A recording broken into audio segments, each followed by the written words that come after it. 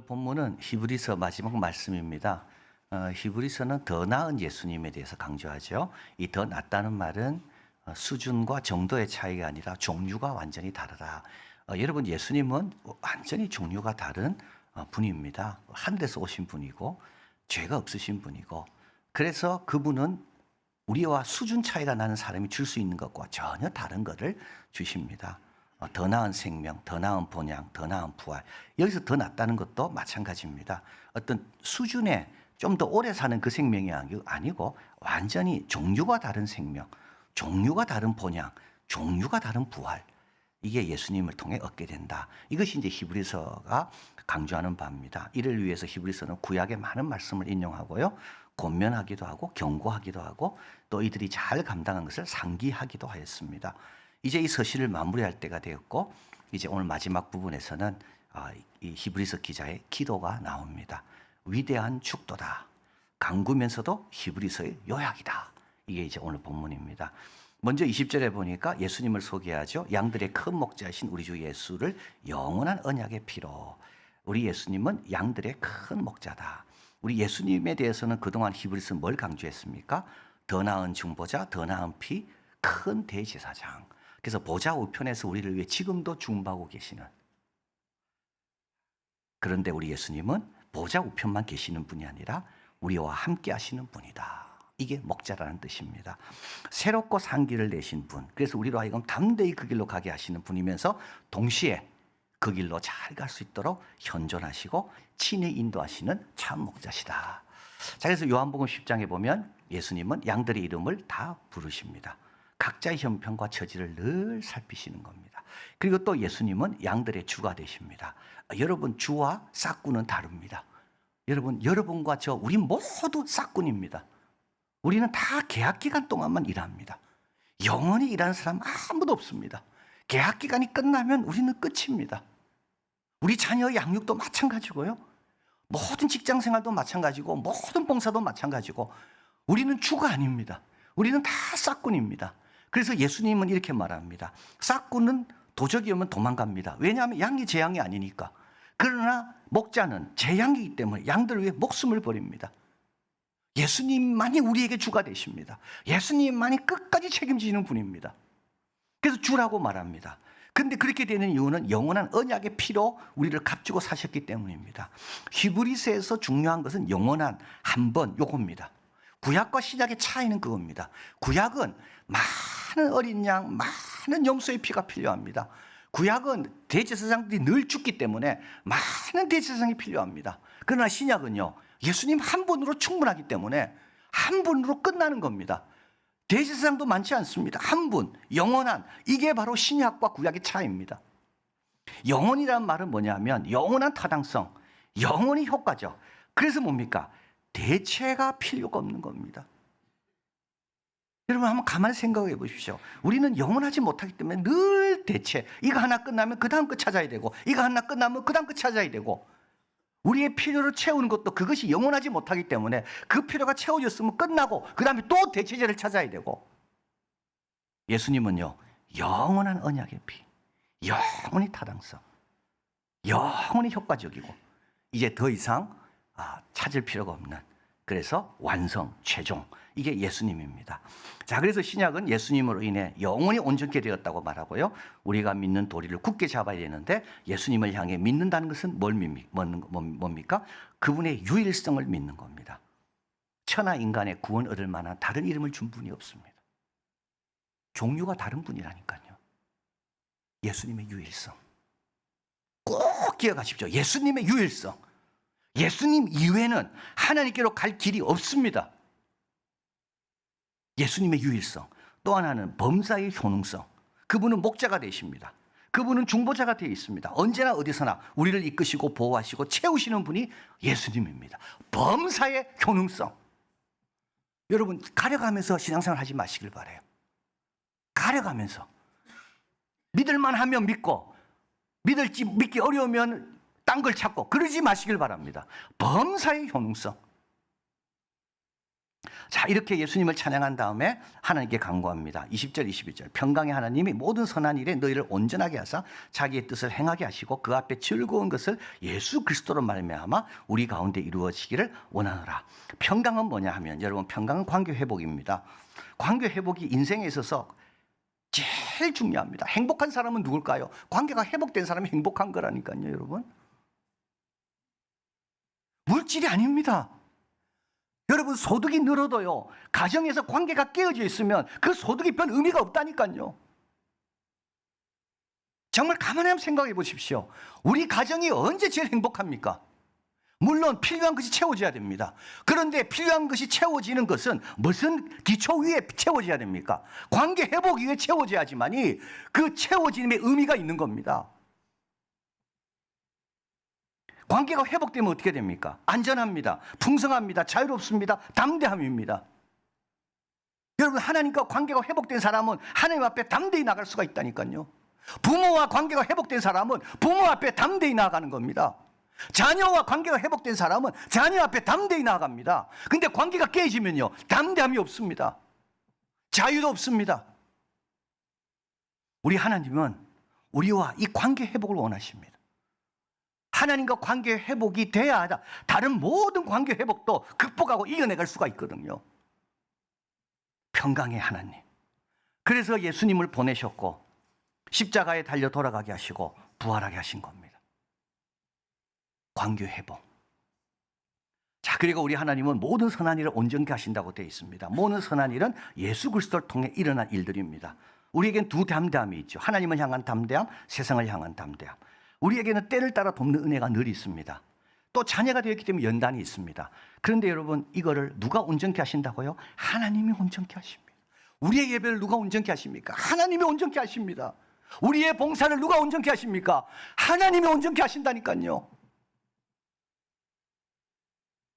씨를 뿌리지만 누가 자라게 하십니까? 하나님이 자라게 하십니다.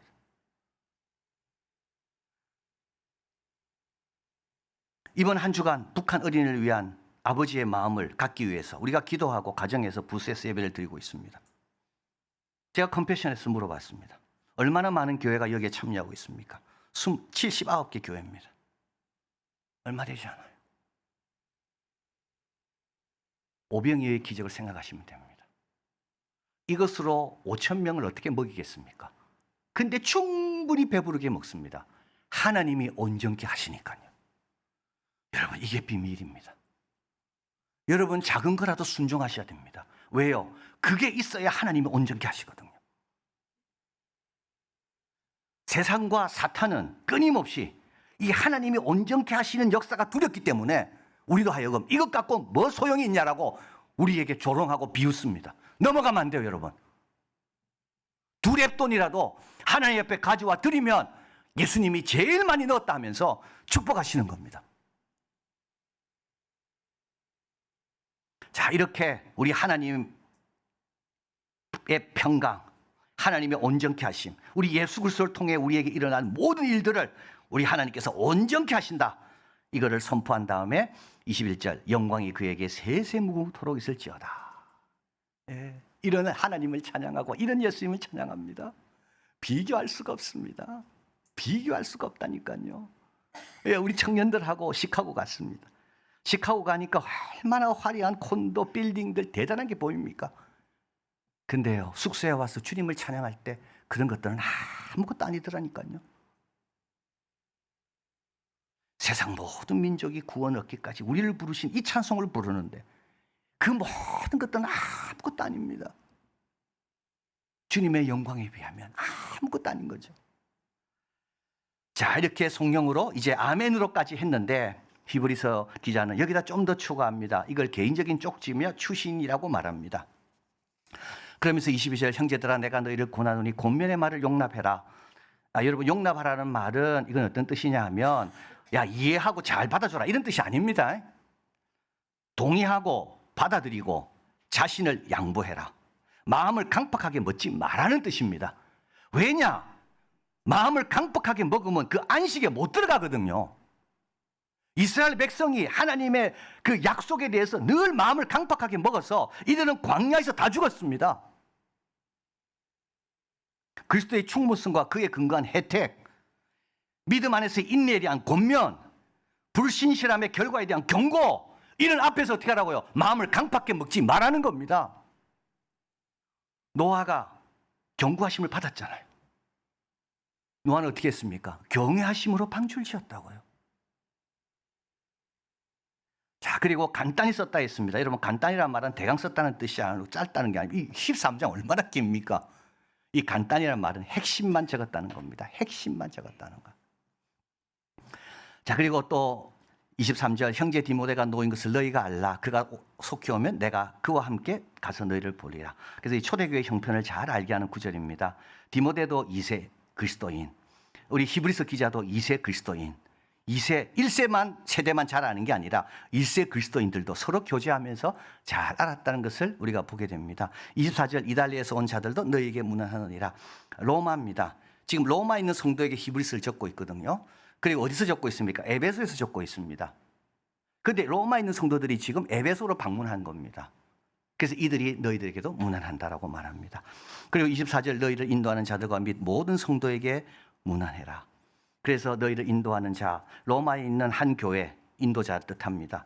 그리고 로마에 있는 성도뿐만 아니라 로마에 5개의 가정교회가 있었는데 최소한 그 5교회 성도들 간에도 교제하고 인사하라라고 말합니다.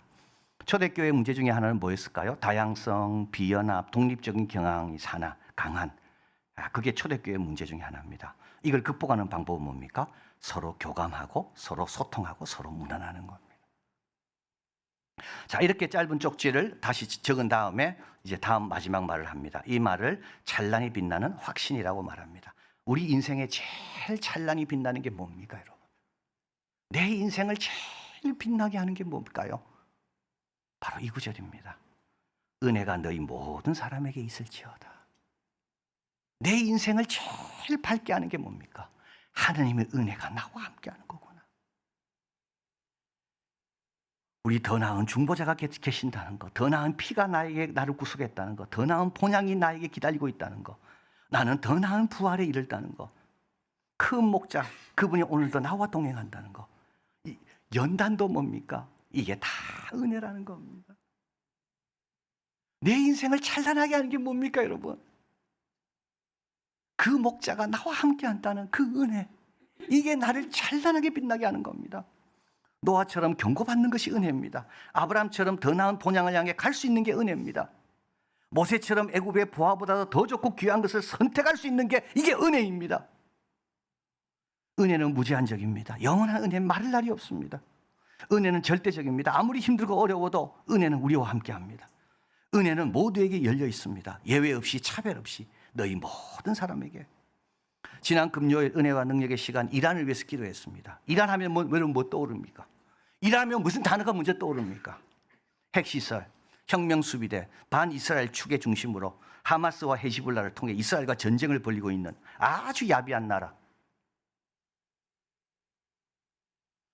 근데 이게 이란의 전부가 아닙니다. 최근 가장 기독교가 성장하고 있는 곳이 어디입니까? 이란입니다. 무슬림에서 기독교로 돌아오고 있습니다. 불법입니다. 지하교회 성도들이 기도하며 참고 견디며 복음을 전하는 거죠. 이란 땅에 하나님 은혜가 함께하고 있는 거죠. 우리 눈에는 안 보입니다. 근데도 하나님께서 함께하고 계십니다. 북한은 어떨까요, 여러분? 북한은 더 열악한 상황에 놓여 있습니다. 박해지수 1입니다. 종교 박해, 기독교 박해지수 1입니다. 몇 년 동안? 20년 동안. 우리가 하나 확신하는 게 있습니다. 하나님의 은혜가 그 가운데 있다.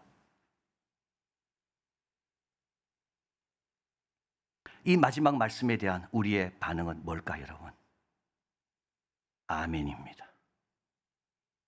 아멘입니다. 이게 믿음입니다. 보이지 않는 것의 증거입니다. 바라는 것의 실상입니다. 북한 땅에도 박해지수 20년 동안 1위인 그 땅에도 하나님의 은혜가 함께한다는 것을 믿는 게 그게 믿음이라니까요. 그에 적절하게 사는 것이 믿음이고, 이 믿음 있는 자에겐 주님을 뭐 주신다 했습니까? 증거를 주신다 그랬습니다.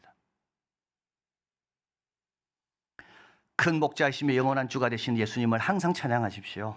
하나님의 온전케 하심을 확신하여 모든 선한 일, 예수님이 우리에게 명하시고 본을 보이신 일들, 먼저 그 나라와 그 일을 구하시고요.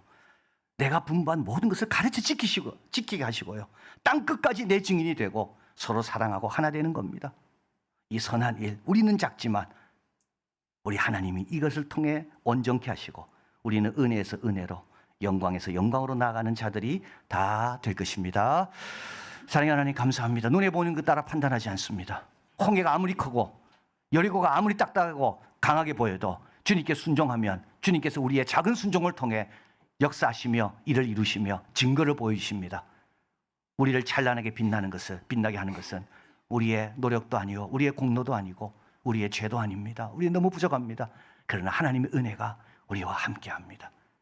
예수님의 유일성, 범사의 효능성, 이거 단단히 붙들고 오늘도 이 은혜가 헛되지 않도록 이 은혜에 걸맞는 믿음으로 반응하고 그저 말씀 앞에 그저 자신을 내려놓고, 그리고 오늘도 주님이 나에게 기쁨이 되고 또 주시고자 하는 그 모든 것들을 잘 실천하고 순종해서 작은 거지만 오병이어의 기적이 일어나는 그런 주께 영광 돌리고 은혜로 나아가는 우리들 되게 하여 주시옵소서. 예수 그리스도 이름으로 기도하옵나이다. 아멘.